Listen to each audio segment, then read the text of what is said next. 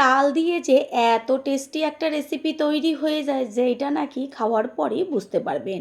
যেমন নরম তুলতুলে তেমন টেস্টি, আর সময় লাগে হাতে গুনে 5 মিনিট। নমস্কার বন্ধুরা, শ্বশুর বৌমা রান্নাঘর অ্যান্ড ব্লগ চ্যানেলে সকলকে স্বাগত। তাহলে কি করে তৈরি করব সেটাই দেখে নেওয়া যাক। সবার প্রথমে এইখানে একটা কালো তাল নিয়েছি, আর সব সময় চেষ্টা করবেন বাজার থেকে তাল কেনার সময় কালো তালটা কিনতে। তালের থেকে কাঠটা বার করে নেব। এইখানে নিয়েছি একটা মাঝারি সাইজের বাটির হাফ বাটি পরিমাণ সুজি, একটা বোলের মধ্যে ঢেলে নেব। এইখানে 75 গ্রাম সুজি আমি নিয়েছি। তারপর সুজির মধ্যে দিয়ে দিচ্ছি চিনি। মিষ্টিটা যে যেমন খাবেন সেই অনুযায়ী দেবেন, কারণ তালেও তো মিষ্টি হয়, সেই কারণে মিষ্টিটা বুঝে কম বেশি দেবেন।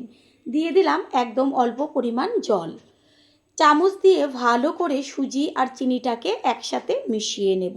আর এই সুজির সাথে যখন চিনিটা জলের মধ্যে গুলবে তখন কিন্তু চিনিটাও বেশ শিরা হয়ে যাবে। সেই কারণে সুজির মধ্যে একদম অল্প জল দিয়ে সুজি আর চিনি মাখিয়ে নেবেন। এটা এইভাবে মাখিয়ে নিয়েছি। এবার একটা ঢাকনা চাপা দিয়ে রেস্টে রেখে দেব 15 থেকে 20 মিনিট মতন। সুজি রেস্টে থাক, অন্যদিকে তালের থেকে আমি কাঠ বার করে নিয়েছি। আর কাঠটা কত ঘন, কালারটাও তেমন সুন্দর। এইখান থেকে যেই বাটিতে করে আমি সুজি নিয়েছি সেই বাটিরই 1 বাটি পরিমাণ তালের কাঠ নিয়েছি। যেহেতু তালের রেসিপি সেই কারণে তালের পরিমাণটা একটু বেশি দিতে হবে। আর একটা বড় বোলের মধ্যে এইবার সম্পূর্ণ তালের কাঠটা আমি দিয়ে দেব। 20 মিনিট বাদে ঢাকনাটা সরিয়ে দিয়ে দেখিয়ে দিচ্ছি যে সুজিটা কত সুন্দর ফুলে উঠেছে। আর চিনির থেকে যে শিরাটা বেরিয়েছে অর্ধেকের বেশি সুজি টেনে নিয়েছে। চামচ দিয়ে ভালো করে মিশিয়ে নেব। সুজি আর চিনির মিশ্রণটা এবার তালের কাঠের মধ্যে সম্পূর্ণটা দিয়ে দেব। তারপর দিয়ে দেব ময়দা। এইখানে যতটা সুজি দিয়েছি ঠিক ততটা পরিমাণে ময়দা দিতে হবে। যেই বাটিটায় করে আমি তালের কাঠ নিয়েছিলাম সেই বাটির মধ্যে দুধটা নিয়েছি। দুধ আগের থেকে ঘন করে জাল দিয়ে নিয়েছি। এবার অল্প পরিমাণ প্রথমে সরসহ দুধটা দিয়ে দেব। সম্পূর্ণ দুধ আমি দেব না, কারণ ব্যাটারটা কতটা ঘন বা কতটা পাতলা রাখতে হবে সেই অনুযায়ী তো দুধটা ব্যবহার করতে হবে। তারপর একটা হ্যান্ড উইচের সাহায্যে সমস্ত কিছু ভালো করে মিশিয়ে নেব।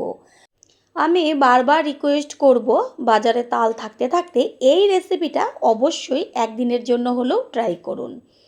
এবার দিয়ে দিচ্ছি কুড়িয়ে নেওয়া নারকেল।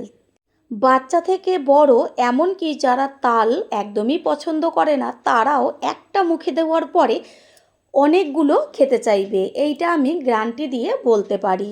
একটু সময় নিয়ে হ্যান্ড উইচের সাহায্যে ভালো করে ব্যাটারটাকে তৈরি করে নিতে হবে।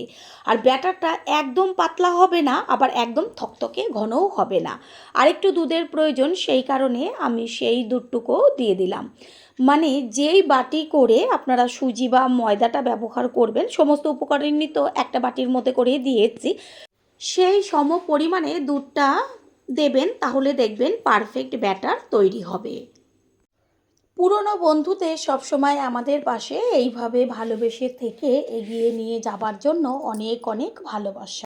ব্যাটার একদম তৈরি হয়ে গেছে। সবশেষে দিয়ে দিচ্ছে 1 চা চামচ পরিমাণ বেকিং পাউডার। বেকিং পাউডারটা সবশেষে দেবেন, আর যখন রেসিপিটা তৈরি করবেন ঠিক তখনই বেকিং পাউডারটা মিশিয়ে নেবেন।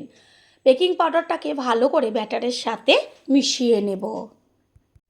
ব্যাটার একদম তৈরি হয়ে গেছে। আমি একটা ডুবো হাতায় করে ব্যাটারটা তুলে দেখিয়ে দিচ্ছি। একদম থকথকেও না, আবার একদম পাতলাও না। দেখে বোঝাই যাচ্ছে পেছনে একটা মোটা লেয়ারও পড়েছে। ঠিক এরকম ব্যাটারটা রাখতে হবে। এইখানে গ্যাসের ওভেনে একটা তাওয়া বসিয়ে তাতে সাদা তেল ব্রাশ করে নেব পুরো তাওয়াটার গায়ে।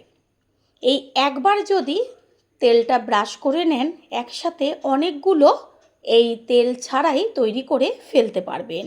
এরকম তেল ছাড়া একটা রেসিপি এত টেস্টি লাগে খেতে, যেটা খাবার পরই সত্যি আপনারা বুঝতে পারবেন। এখান থেকে 1 হাতা করে ব্যাটার নিয়ে তারপরে গ্যাসের ফ্লেম মিডিয়ামে রেখে এক জায়গায় ছেড়ে দেব। এটাকে ছড়াবো না, এই যে বেশ মাঝখানে পড়ার পরে যতটুকু নিজের থেকে ছড়াবে। আর দেখাই যাচ্ছে যে কত সুন্দর দেওয়ার সাথে সাথে পুরোটা জালিদার হয়ে যাচ্ছে।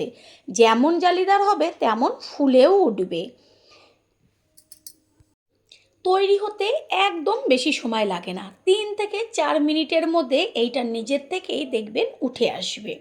একটা ঢাকনা চাপা দিয়ে দেব, আর ঢাকনা দেওয়ার পরে সুন্দরভাবে ফুলতে শুরু করবে। 2 থেকে 3 মিনিটের মধ্যেই ঢাকনাটাকে সরিয়ে দিয়েছি, আর দেখা যাচ্ছে যে কতটা ফুলে উঠেছে। খুন্তি দিয়ে সামান্য একটু আস্তে করে খোঁচা দিলে এটা এমনিতেই উঠে চলে আসবে। এবার এটাকে একটু উল্টে দেব, আর নিচের পিঠের কালারটা দেখা যাচ্ছে কত সুন্দর এসছে।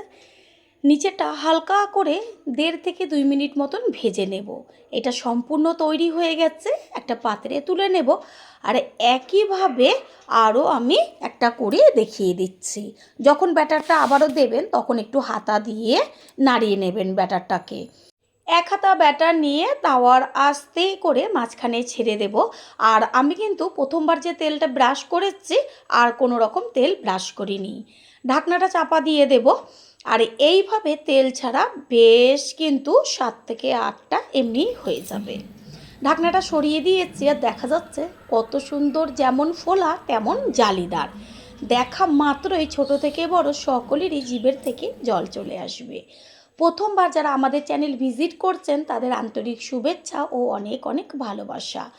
আমাদের রেসিপিগুলো যদি ভালো লেগে থাকে সাবস্ক্রাইব করে দেওয়ার অনুরোধ রইল, ও পাশে থাকা বেল আইকনে ক্লিক করলে পরবর্তী ভিডিওগুলো সবার আগে আপনাদের কাছে পৌঁছে যাবে। এটারও ওপরের পিঠ হয়ে গেছে, 2 পিঠই খুব সুন্দর কালার এসছে। আস্তে করে তুলে নেব। এইভাবেই সমস্তগুলো তৈরি করে নেব। বন্ধুরা, আপনারা যে যেইখান থেকে ভিডিওটি দেখছেন অবশ্যই কমেন্টের মাধ্যমে জানাবেন। আপনাদের ধন্যবাদ জানাতে পারলে সত্যিই আমরা ভীষণ ভীষণ আনন্দিত হব। আপনাদের করা কমেন্টসগুলো পেয়ে আমরা এতটাই উৎসাহিত হই পরের ভিডিওগুলো তৈরি করার জন্য। ঠিক একইভাবে সমস্তগুলো তৈরি করে নেব। আপনারা চাইলে একটু তেলও ব্রাশ করে নিতে পারেন।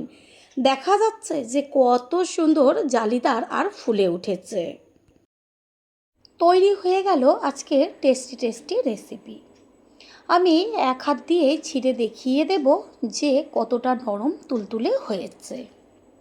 আশা করি রেসিপিটি ভালো লাগলো, আর যদি ভালো লেগে থাকে একটা লাইক, কমেন্টস, পারলে একটা শেয়ার করে অবশ্যই জানাবেন। আপনাদের করা একটা লাইক ও লাইকের পাশে থাকা হাইপ আর একটা শেয়ার আমাদের কাছে অনেক অনেক গুরুত্বপূর্ণ। All friend, thanks for watching my video. আপনারা সকলে ভালো থাকবেন, সুস্থ থাকবেন। আবারও দেখা হবে অন্য কোনো রেসিপির এপিসোডে।